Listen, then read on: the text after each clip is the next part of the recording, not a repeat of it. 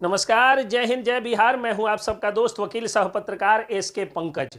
मैं अक्सर एक बात कहता हूं कि सरकार में बैठे हुए कोई भी, चाहे सरकारी नौकरी के गुमान में बैठा हुआ वह हाकिम हो, चाहे सरकारी कार्यालयों में बैठा हुआ बाबू हो, या सरकार का अंग या विधायिका का अंग बने विधायक, सांसद, मंत्री या मुख्यमंत्री तक हो, सबकी हेकड़ी निकालने का जिम्मा लिया है तो अदालत ने।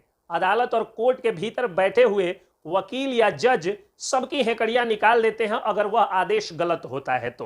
दरअसल मामला यह है कि आज मंगलवार का दिन है और मंगलवार के दिन एक मंगल खबर बिहार के गुरुजनों के लिए आई है। बिहार के वही गुरुजन जो अशिक्षा रूपी अंधकार को हटाने का और शिक्षा रूपी प्रकाश को जलाने का काम करते थे। ऐसे 7 से 8 लाख सही वाले शिक्षक जो हैं, वो उनके ऊपर सरकार के एक तानाशाही फरमान ने उनके सामने बेरोजगारी रूपी पहाड़ खड़ा कर दिया था और हमारे और आपके बच्चों के सामने अशिक्षा का एक राक्षस खड़ा कर दिया था, जिन राक्षसों को लगातार ये गुरुजन सामने से हटाते जा रहे थे। बिहार में जिस तरह से लोक लुभावन कार्य और स्कीम्स या योजनाओं के कारण कभी चरवाहा विद्यालय तो कभी गैर शैक्षणिक कार्यों में शिक्षकों की संलिप्तता दिखा करके या करा करके, और जिस तरह से बिहार सरकार शिक्षा व्यवस्था को चौपट कर दी थी, ये कोचिंग संचालक ही थे। 7 से 8 लाख इन कोचिंग संचालकों की संख्या थी और ये लाखों करोड़ों की संख्या में बच्चों को पढ़ा करके, और बिहार से सबसे ज्यादा आईएएस, आईपीएस, आईसीएस,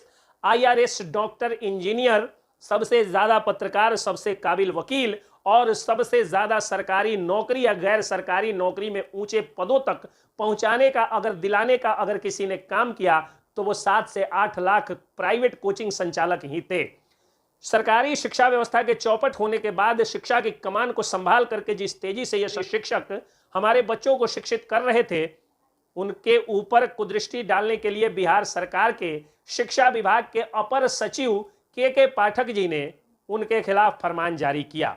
उसके बाद कोचिंग एसोसिएशन ऑफ भारत अपने सचिव सुधीर कुमार सिंह के नेतृत्व में जा करके, और ये लोग हाईकोर्ट के एक काबिल अधिवक्ता से मिले और इन लोगों ने हाईकोर्ट में एक पिटीशन दिया और उस पिटीशन के बाद में उस सुनवाई हुई और सुनवाई के दौरान ऑनरेबल जस्टिस मोहित कुमार के सिंगल बेंच ने के पाठक जी के उस आदेश को कि अब कोचिंग संचालक सिर्फ सुबह 9 बजे के पहले और 4 बजे के बाद ही पढ़ा पाएंगे, उस आदेश को तत्काल प्रभाव से रोक दिया, तत्काल उस पर रोक लगा दी। यानी अब कोचिंग संचालक दिन में अपने समय सुविधा के अनुसार कभी भी शिक्षा का अलख जगा सकते हैं और ज्ञान का दीप जला सकते हैं। इस ज्ञान के दीप को जलाने में 7 से 8 लाख शिक्षकों के खून और पसीने लगे हुए थे, उस पर तत्काल रोक थी। बेरोजगारी रूपी पहाड़ इन शिक्षकों के सामने खड़ा था और बच्चों के सामने अशिक्षा की समस्या थी। उस समस्या को हाईकोर्ट के ऑनरेबल जस्टिस मोहित कुमार जी ने रोक दिया, उस संकट को हटा दिया, जिस संकट के बाद में बिहार के बच्चों का और शिक्षकों का भविष्य अंधेरा हो सकता था।